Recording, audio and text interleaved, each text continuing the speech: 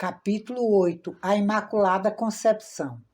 A periódica alteração de um modo regular e repetitivo das forças materiais e espirituais que envolve a Terra são as causas invisíveis das atividades físicas, morais e mentais do nosso globo. De acordo com o axioma hermético, assim como é em cima, assim é embaixo, uma atividade similar deve acontecer no ser humano, que não é mais do que uma edição menor da Mãe Natureza. Os animais têm 28 pares de nervos espinhais e estão agora em seu estágio lunar, perfeitamente sintonizados com os 28 dias que a Lua leva para transitar pelo zodíaco. No estado selvagem em que eles se encontram, o espírito-grupo regula o acasalamento com o objetivo de procriação. Com isso, não há extravasamento com eles. Por outro lado, o ser humano está num estágio de transição. Ele progrediu o suficiente para não ser influenciado pelas vibrações lunares, pois tem 31 pares de nervos espinhais, mas não está ainda sintonizado com o mês solar de 31 dias e pratica a reprodução sexual em qualquer época do ano. Consequentemente, o fluxo periódico da mulher, sob condições apropriadas, é utilizado para formar parte do corpo de uma criança mais perfeita que seus pais. Similarmente, o fluxo periódico da humanidade torna a força resiliente, sólida e a fundação ou a parte mais substancial do avanço dos povos. E o fluxo periódico das forças espirituais da Terra, que ocorrem por ocasião do Natal, resulta no nascimento dos salvadores que, de tempos em tempos, proporcionam um impulso renovador para o progresso espiritual da onda de vida humana. Há duas partes na nossa Bíblia, o Antigo e o Novo Testamento. Depois de fazer um breve relato de como o mundo surgiu, o Antigo Testamento nos conta a história da queda. Considerando o que foi escrito em nossa literatura, compreendemos que a queda foi ocasionada pelo uso impulsivo e ignorante das forças sexuais pelo ser humano em momentos nos quais os raios interplanetários eram adversos, obstrutivos ou prejudiciais à concepção de melhores e mais puros veículos. Dessa forma, gradualmente, o ser humano se tornou prisioneiro num corpo denso cristalizado pela paixão pecaminosa e, consequentemente, um veículo imperfeito sujeito à dor e à morte. Dessa forma, ele começou a peregrinação através da matéria e, por milênios, tem vivido nesse duro e rígido envoltório do corpo que obscurece a luz do céu ao espírito interno. O espírito é como um diamante bruto e os lapidários celestiais, os anjos do destino, estão constantemente se esforçando para remover essa camada bruta a fim de que o espírito possa brilhar por meio do veículo que ele dota e imbui de uma alma. Quando o lapidário coloca o diamante nas máquinas para clivagem e raspagem, essa pedra emite um guincho agudo semelhante a um grito de dor à medida que a camada opaca é removida, mas gradualmente, com muitas sucessivas aplicações de clivagem e raspagem, o diamante bruto pode se tornar uma gema de transcendente beleza e pureza. Similarmente, os seres celestiais encarregados da nossa evolução nos mantêm próximos à clivagem e raspagem da experiência. Daí resultam a dor e o sofrimento que despertam o espírito que está adormecido dentro de nós. O ser humano, que até então se contenta com as coisas materiais, indulgente com seus sentidos e com o sexo, se torna imbuído de uma inquietação divina que o impele a procurar uma vida superior. Contudo, a satisfação dessa aspiração não é normalmente realizada sem um esforço extenuante e severo diante das dificuldades ou oposições impostas pela nossa natureza inferior. Foi durante esses esforços extenuantes, diante de dificuldades ou oposições, que São Paulo exclamou com toda a angústia de um coração devoto e aspirante: Infeliz de mim! Com efeito, não faço o bem que eu quero, mas pratico o mal que não quero. Eu me comprazo na lei de Deus segundo o homem interior, mas percebo outra lei em meus membros, que peleja contra a lei da minha razão e que me acorrenta à lei do pecado que existe em meus membros. Romanos 7, 19, 24. Quando a flor é amassada ou exprimida, seu perfume é liberado e enche o ambiente ao redor com uma agradável fragrância, deliciando todos aqueles que, privilegiadamente, se encontram próximos. Os golpes esmagadores do destino podem abater um homem ou uma mulher que tenha alcançado o estágio de eflorescência, mas tais golpes servirão para exteriorizar a doçura da natureza e intensificar a beleza da alma até que ela brilhe com um esplendor que marque com uma auréola a pessoa que a possui. Então, ela está no caminho da iniciação. Ela tem aprendido como o uso desenfreado do sexo, sem levar em conta os raios astrais, a tem aprisionado no corpo e como esse restringe seu progresso e como, pelo uso apropriado dessa mesma força em harmonia com os astros, pode gradualmente melhorar e eterizar seu corpo e finalmente libertá-la da existência concreta. Um construtor naval não pode construir um forte navio de carvalho com a casca de abeto. Não se vidimam uvas de sarça. Semelhante sempre atrai o semelhante, e um ego possuidor de uma natureza apaixonada é atraído para a paz de natureza semelhante quando então seu corpo é concebido pelo impulso do momento num sopro de paixão. A alma que tenha experimentado o cálice da amargura em consequência do abuso da força sexual criadora e tenha bebido a parte mais indesejável, amarga, nele contida, procurará gradualmente por paz de natureza cada vez menos passional até que alcance a iniciação.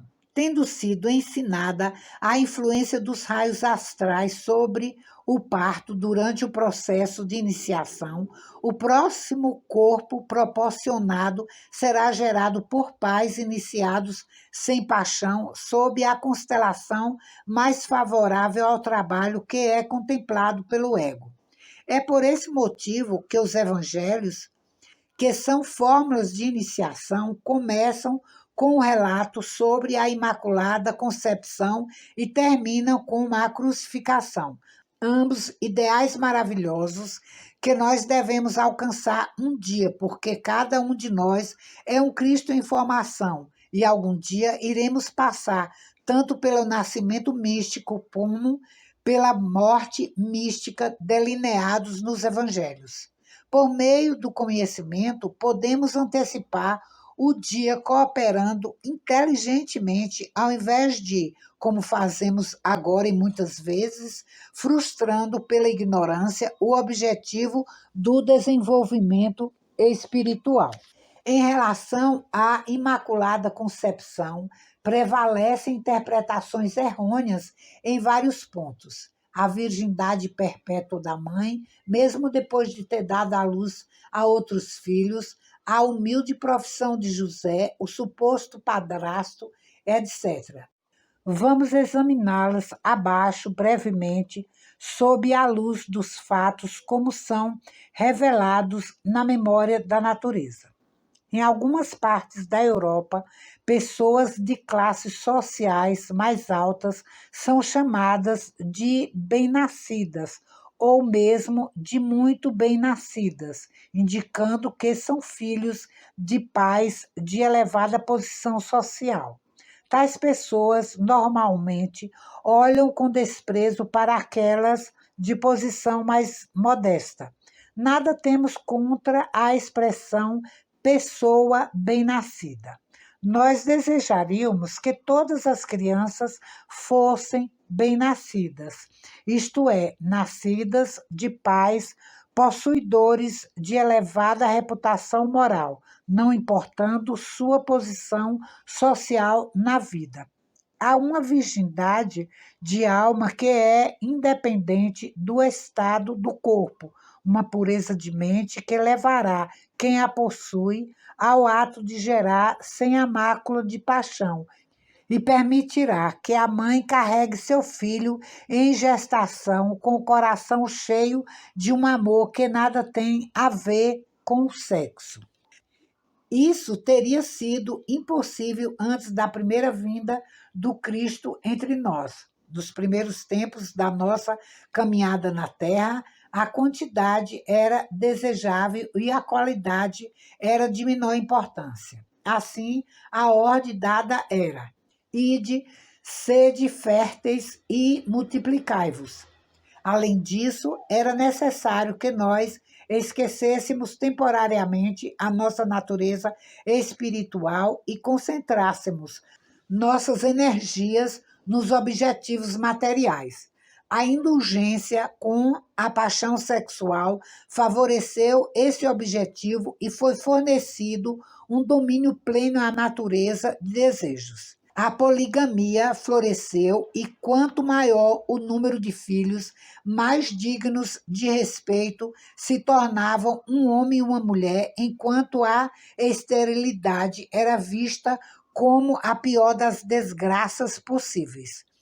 Em outras direções, a natureza de desejos estava sendo reprimida pelas leis dadas por Deus e a obediência aos mandamentos divinos era imposta pela punição imediata ao transgressor, tal como guerras, pestes ou fome. Recompensas para aqueles que estavam plenos ou motivados pelo senso de dever em cumprir a lei não eram poucas também. Aos filhos do homem honrado, o seu gado e as colheitas eram numerosas. Ele se sentia vitorioso sobre seus inimigos e era para ele a evidência da bondade e da bênção de Deus para com ele. Mais tarde, quando a terra já estava suficientemente povoada depois do dilúvio Atlântico, a poligamia se tornou cada vez mais obsoleta, o que resultou em uma melhor qualidade dos corpos e, na época de Cristo, a natureza de desejos se tornou tão suscetível de ser controlada pelos mais avançados da humanidade que o ato de gerar uma criança podia ser executado sem paixão, advindo do amor puro, de maneira que a criança podia ser concebida imaculadamente. Assim aconteceu com os pais de Jesus. Disse que José era um carpinteiro, mas ele não trabalhava com madeira. Ele era um construtor, no sentido mais elevado. Deus é o grande arquiteto do universo. Sob ele estão muitos construtores de diversos graus de esplendor espiritual, alguns ainda abaixo dos que conhecemos como maçons. Todos estão empenhados em construir um templo sem o ruído de martelo. José não era a exceção. Pergunta-se algumas vezes por que os iniciados são sempre homens. Não é assim. Nos graus mais baixos há muitas mulheres, mas quando o iniciado é capaz de escolher seu sexo, normalmente escolhe o positivo corpo denso masculino, uma vez que a vida que o levou à iniciação espiritualizou seu corpo vital e o tornou positivo sob todos os aspectos, de maneira que ele consegue ter um instrumento altamente eficiente. No entanto, há ocasiões em que as exigências requerem um corpo denso feminino, como, por exemplo, para prover um corpo do tipo mais elevado para receber um ego superlativamente evoluído.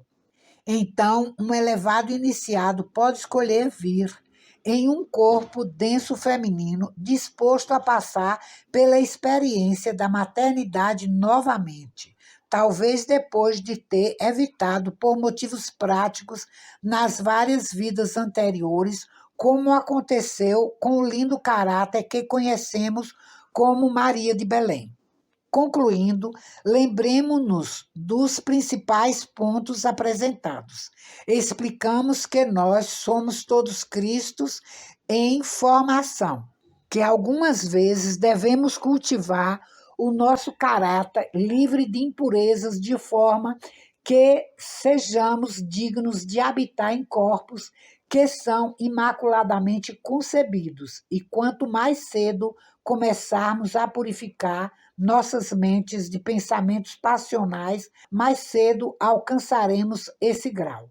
Numa análise final, isso depende exclusivamente da seriedade dos nossos propósitos e da força da nossa vontade. As condições atuais são tais que nós podemos viver vidas puras, quer estejamos casados ou solteiros, não sendo exigidas as frias relações do gênero irmão-irmã. Será que uma vida de absoluta pureza ainda está fora do nosso alcance? Não nos devemos desencorajar. Roma não foi construída em um dia. Continue aspirando a ela, mesmo que erre muitas vezes, pois o único fracasso é deixar de lutar. Que Deus fortaleça suas aspirações para a pureza.